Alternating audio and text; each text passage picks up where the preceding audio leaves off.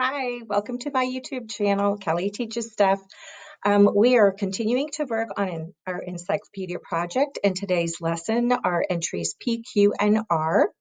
A few things we're going to do today are quickly review our expectations, and let's review those from last week. So when you're writing your entries, make sure that you are writing at least a complete paragraph, 5 or more sentences.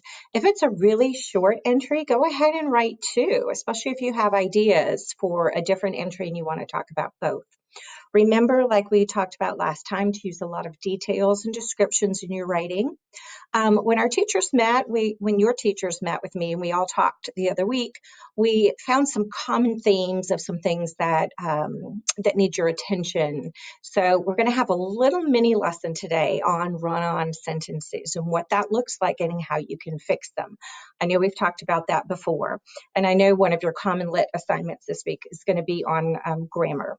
So let's talk about those pesky little run-on sentences. So what is a run-on sentence? So just a simple explanation are sentences that contain too many ideas without any proper punctuation. So the person might just be typing, and at the end of 4 or 5 lines, just put a period there, all right? And there's lots of ideas in that one sentence. It's also just a group of words that have 2 or more sentences inside of it that need to be separated. Those sentences want to have their own voice. They don't want to be all jammed up together with everybody else. So think about, in our mind, we have to think social distancing. So let's remember that our sentences also want to be distanced from another sentence because they want to stand out on their own. All right, so let's look at number 1. And guys, these were taken from actual entries that students did turn in. And this is a teaching moment. So, of course, we're not going to say whose examples they are, but I just want you to see that these are some examples that we have received and how we're going to fix them and how you can fix them. All right, so let's look at number 1. So number 1 was, I think, under the letter F, favorite. And so this person wrote, my favorite thing to do in my free time is play Roblox and some other games with my friends. My second favorite thing to do is watch YouTube on my phone or laptop. My third favorite thing to do is to spend time with others and my pets. Whew, and you can see that there was no punctuation in that sentence. So if I was going to read that sentence the way it was written, I would not stop. Okay, so what we're going to learn today is like, where do we want to stop? And most of the time you'll find out that when you're reading out loud, there's a certain place where you want to stop and take a breath or stop at the end of that thought, and that's where you're going to put your period. All right, so let's look at our first sentence here. My favorite thing to do in my free time is play Roblox and some other games with my friends, okay? Oh, and then I see it says my second favorite thing. So that's a good place to stop right here. So right here, if I actually click on that, boys and girls, you can see that the suggestion comes up, friends, period, and then my second. Okay, so I'm going to go ahead and make that fix right there, and it did it for me. Okay, so remember when you're starting your sentences as well, capital letters. All right, so let's look at the second line now. My second favorite thing to do is watch YouTube on my phone or my laptop. Okay, and then it goes into the third thing. Well, you know what? The third thing, that's another good stopping point. And you can see as I hover my mouse here, right, it's also going to say, oh, do you want to stop here and start with a capital letter? And there we go. My third favorite thing to do is to spend time with others and my pets, period. All right, so we've taken all those sentences that were smashed together and not social distancing. We gave them each their own punctuation, and we made each their own sentence, and now they are happy. Let's make those sentences happy. All right, let's look at another example. Okay, now if you look at this example right here, guys, you are going to see, look at all these things that are underlined that were turned in. This was turned in that way. So remember, we say if you have those blue lines or those red lines, those things need your attention before you turn them in. All right, so I'm going to read this one and let's see if I can get through the whole thing without having without having to take a breath. All right. And this was to Dear Future Me, I think was this entry. I hope you're successful and have a great life. I hope you have a wife and a great family. I hope your job right now is living in England and playing for the Manchester United Football Club, and people think you're an all-time great athlete. And if that's not happening, I hope you're a businessman. Okay, that's a lot of thoughts in there, right? That's all these thoughts that need to be separated because they're all smashed together. All right, so let's see how we can fix this. First of all, I see those little pesky lowercase i's too. We're going to take care of those as we're writing. Remember, anytime you're talking about yourself, and this whole book is about you, all right, those lowercase i's have to be capitalized. You're a person, right? People, places, and things have to be capitalized. So they started off right. Look right here. I hope you're successful and have a great life. Okay, and I see this is underlined, and then I have another I hope. Well, that's probably a good place for me to put a period. And look, it even did that for me. All right, and then I have a capital I here. I hope you have a wife and a great family, and I hope your job right now is living in England and playing for the Manchester. Ooh, that's a lot. Okay, so let's come back and let's make those sentences social distance. I hope you have a wife and a great family. I think that's a good place to stop right here, because then he's talking, the person goes on to talking about their job, right? So I'm going to stop it right here. I'm going to take out that and I'm going to make a new sentence, because now we've talked about having a wife and a great family to moving on to the job. Okay. I hope your job right now is living in England. Ooh, England's a place. I'm going to capitalize that. And playing for the Manchester United Football Club. Well, that sounds to me like that's a professional team. And if they're a professional team, then these all as well need capital letters. Football club. Oops. Okay, C-L. There we go. Okay. I hope your job right now is living in England and playing for the Manchester United Football Club, and people think you're an all-time great athlete. Okay. I think that's okay. We have two. They saying that they want people to think of them as an all-time great athlete for playing football.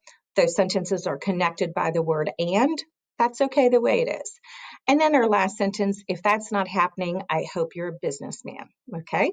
That's a good sentence, but it needs some punctuation. All right. So first of all, let's take care of that little pesky I that needs to be what? Capitalized. Dun, dun, dun. And something at the end of this sentence that we need is a period. There we go. And apparently I need a space here too as well. There we go. Oh, I have a capital H that popped in there. All right. Now we fixed our second sentence. Let's look at our second paragraph. Let's look at our third paragraph. All right. This was under the letter F, I think, favorite vacation. Here we go. My favorite vacation was when I went to Jamaica with my family, and one of the reasons I like Jamaica is because if you went to the beach, the water is crystal clear and you can see little fish by the shore swimming by the hotel. It also had a really cool pool, and other places in the resort were undeniably awesome. There we go. That was a lot. Okay, so we know this is lots of ideas shoved in one paragraph. We need to give these ideas their own little home, right? Their own little sentence. All right, so let's go back and look at this. My favorite vacation was when I went to Jamaica with my family. Okay, that sounds like a good stopping point, right? Because then the person is talking about the reasons they like Jamaica. So we're switching gears, okay? And then it says, and one of the reasons I like Jamaica, okay, I'm just going to take out that and I know when I'm starting a new sentence, I need to write a capital letter. One of the reasons, here we go. I need that capital I for like, and look at that Jamaica's underlined. What do we have to do to Jamaica? It's a place, right? So we're going to capitalize it. One of the reasons I like Jamaica is because if you went to the beach, the water is crystal clear and you can see little fish by the shore swimming by the hotel. Okay.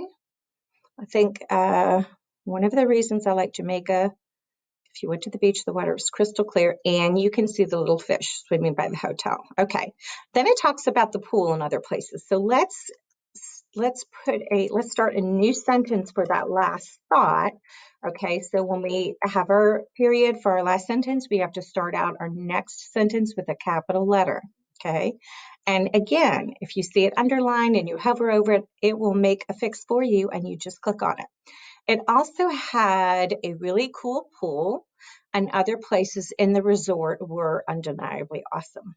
Okay, there we go. So we had 3 paragraphs. We made all the sentences within those paragraphs. We gave them their own little home right between capital letter and the period, and we social distanced those sentences so that they could each be on their own. All right, that's your little mini lesson for today. So make sure before you submit your work, boys and girls, you have to read your work out loud. So if you don't see any punctuation as you're reading your work out loud and you're losing your breath, like I was, you have to go back. You have to go back and read. Think about where your ideas are changing in your sentence and where you're coming up with a new thought. All right. So just think, I've got to social distance those sentences. All right. So let's move on with our lessons. So if we think back at our requirements, for the letter P, one of your requirements is to write on a person that you admire. All right. The 2 examples I'm sharing with you today were from students that I taught several years ago. And so I took 2 examples of actually, I think it was one person that wrote this. And I'm going to share those with you today. And because she wrote 2 examples, instead of writing person I admire, I wrote people I admire. So remember, when you get your template, it will say person I admire, and you can change that to people if you want to talk about more than one person. In just a minute, we'll talk about the fact that you might want to write about your mom, maybe because it's Mother's Day coming up. And I know several students in the past had written about their parents. For people that they admire. All right, let's look at the first one. One person I admire is Anne Frank. She was a Jewish girl and was part of the Holocaust. She was so strong and had to hide for 2.5 years in the annex building of her hometown, Amsterdam. She was only 15 at the time, but she was as brave as a grown adult. She had to fear for her life every day just to keep her and her family safe from the Nazis and Hitler. I can't even imagine the pure fear and terror she must have been facing at that time. She had to hide along with her sisters, mom, dad, and 3 of her father's friends who agreed to help the family through that hard time. What I admire most of all about Anne Frank is her optimism. She was so positive through this whole experience. Period. Sorry. I guarantee that if I were her, I would not have been the most positive person. Anne Frank was a brave, courageous young woman and went through so much just to try to save her life. All right. So I want you to think about if there was a person in history that you admire. Go back and think about the reasons that you admire them. Look up some of the facts and statistics so that you know when you're writing about them that you will have the real facts in your paper. And remember that you have to make it in your own words, boys and girls. You can't be copying and pasting sentences from other things and putting them into your work. This has to be your writing. So think about the person that you admire. Look them up, look up their statistics, look up the things that they did, and then take that information, write it down, and then put it into your own paragraph. All right, let's look at this other example. Another person I admire is Malala Yousafzai. I had to look up how to say the last name. She was an amazing woman who fought for women's education rights. She got shot in the back of the head because she was fighting so hard for women all over the world who would not get an education. She is one of the bravest, most courageous women that I know today. She has written a very inspiring book called I Am Malala. Sadly, in October of 2012, she was boarding a school bus and was shot by a Taliban gunman in the back of the head and also in the neck and shoulder, causing her to have brain injuries. She managed to survive and was also the youngest person at the age of 17 to win a Nobel Peace Prize.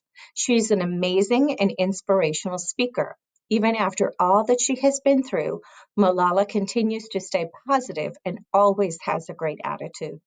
Malala is such an amazing woman. If we did not have people in this world like her, women might not have been able to get an education like we get today, and especially boys and girls in her country, Pakistan, where she was trying to fight for the rights for the girls to go to school.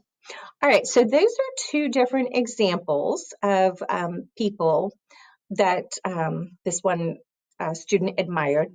I know that some of you have sports heroes that you really think are amazing. And I know in particular, some of you were really admired Kobe Bryant. So if you wanted to write about him, and go and look him up, look at the things that he did, look at the things that he did for helping out people, as well as his statistics. What was it that made him such a great player? So if you want to choose a sports hero or something like that, that's perfectly fine. So make sure that you go and not only look about what they did for sports, but look outside of what they did for that. There's a lot of sports people right now that are paying for people's groceries in other countries or helping out in different ways. So look for that part as well when you're doing your research, and then add that into maybe what they did on the ball field or on the baseball field or the soccer field or whatever it is. If you're going to write about your mom or your dad, particularly since Mother's Day, actually, by the time you see this, I think Mother's Day will be over, but maybe not.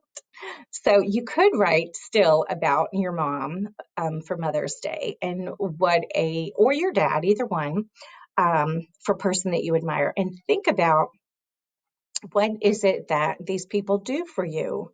You can talk about maybe sacrifices that they've given you, the rides where they take you to school, they take you to practice, any little thing working more than one job possibly.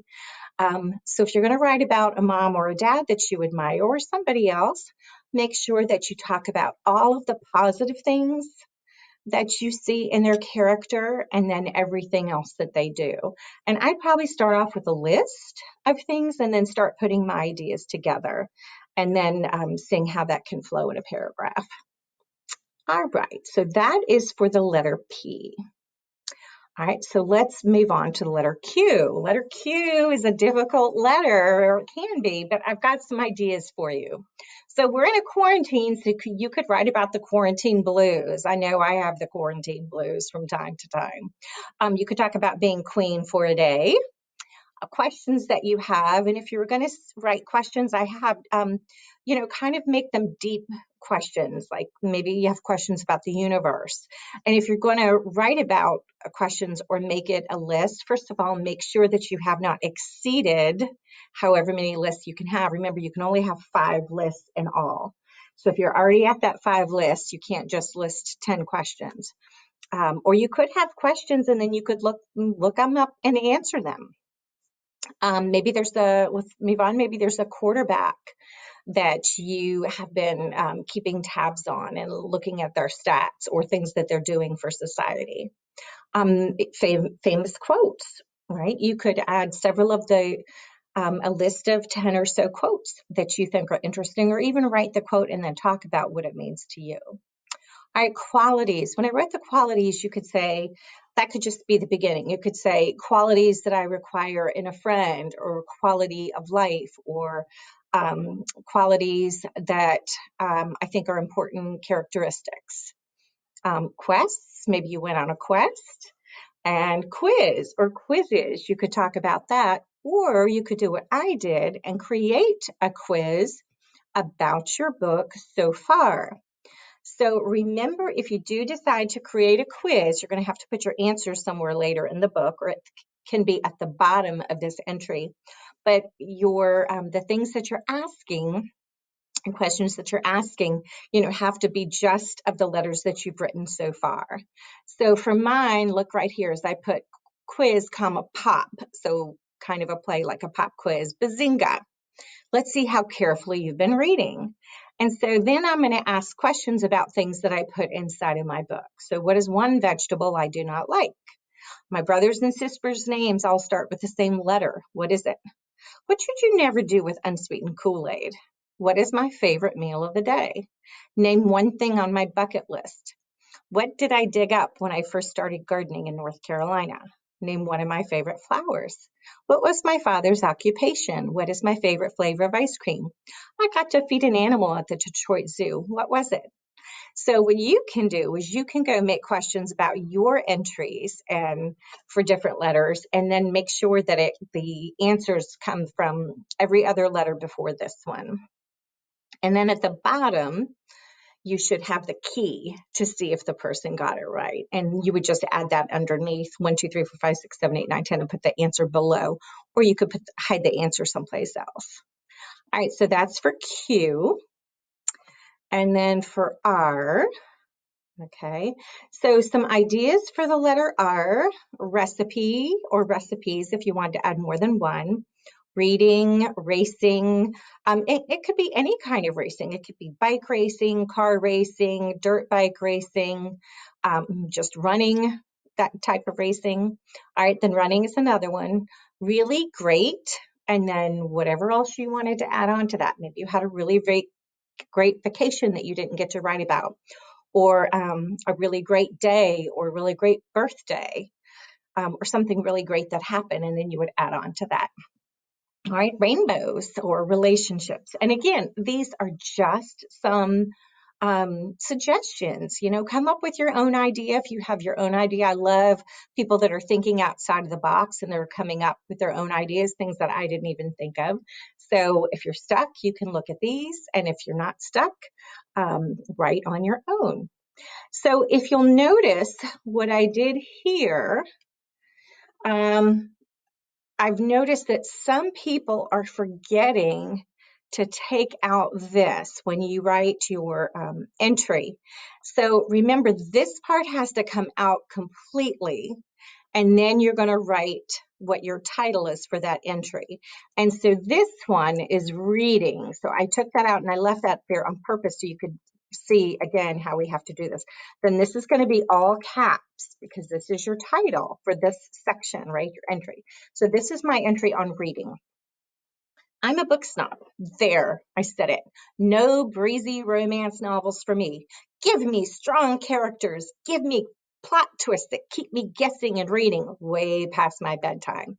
Give me rich language and vivid images and analogies I have never read or thought of before. Give me liberty.